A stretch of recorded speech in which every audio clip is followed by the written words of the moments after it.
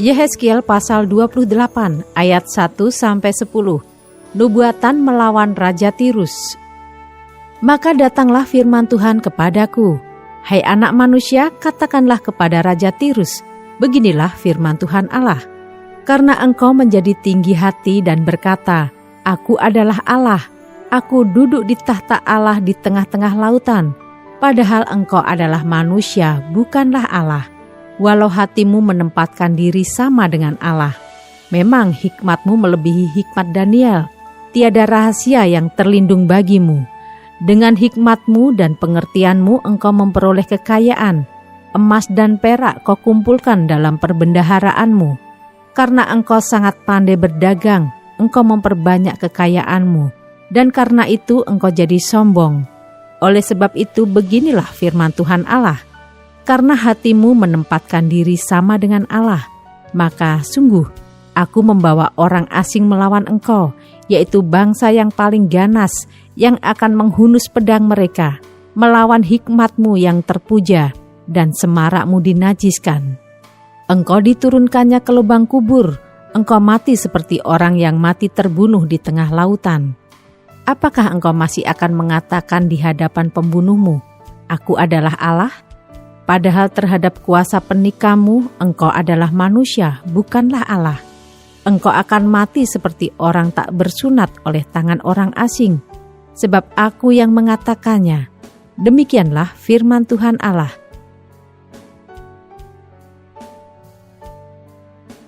Ayat 11-19, nyanyian ratapan mengenai Raja Tirus.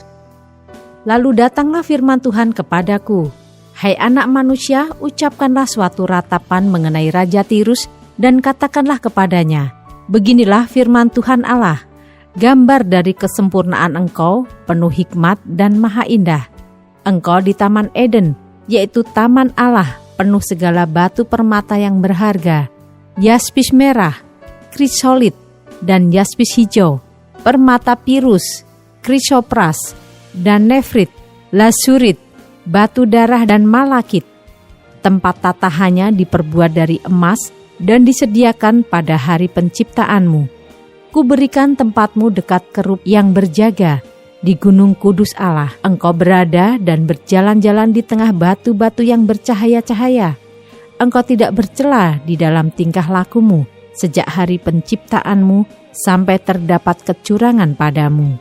Dengan dagangmu yang besar engkau penuh dengan kekerasan dan engkau berbuat dosa, maka kubuangkan engkau dari gunung Allah dan kerub yang berjaga membinasakan engkau dari tengah batu-batu yang bercahaya. Engkau sombong karena kecantikanmu, hikmatmu kau musnahkan demi semarakmu. Ke bumi kau kulempar, kepada raja-raja engkau kuserahkan menjadi tontonan bagi matanya.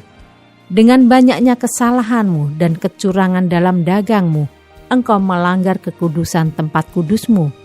Maka aku menyalakan api dari tengahmu yang akan memakan habis engkau. Dan kubiarkan engkau menjadi abu di atas bumi di hadapan semua yang melihatmu. Semua di antara bangsa-bangsa yang mengenal engkau kaget melihat keadaanmu. Akhir hidupmu mendasyatkan dan lenyap selamanya engkau.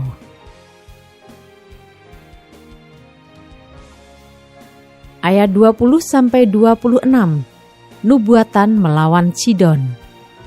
Lalu datanglah firman Tuhan kepadaku, hai anak manusia, tujukanlah mukamu kepada Sidon, dan bernubuatlah melawan dia, dan katakanlah, beginilah firman Tuhan Allah, lihat, aku menjadi lawanmu, hai Sidon, dan aku menyatakan kemuliaanku di tengah-tengahmu, dan mereka akan mengetahui bahwa akulah Tuhan, pada saat aku menjatuhkan hukuman atasnya, dan menunjukkan kekudusanku terhadap dia.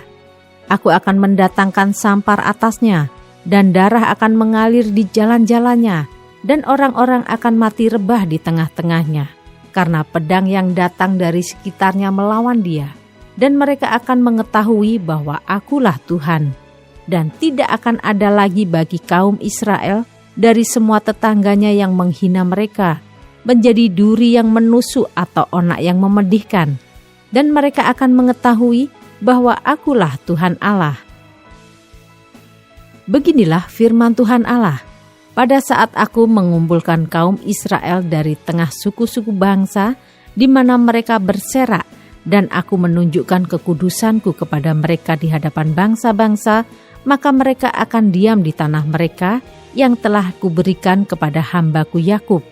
Mereka akan diam di sana dengan aman tentram.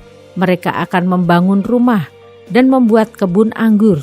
Ya, mereka akan diam dengan aman tentram pada saat aku menjatuhkan hukuman atas semua tetangganya yang menghina mereka.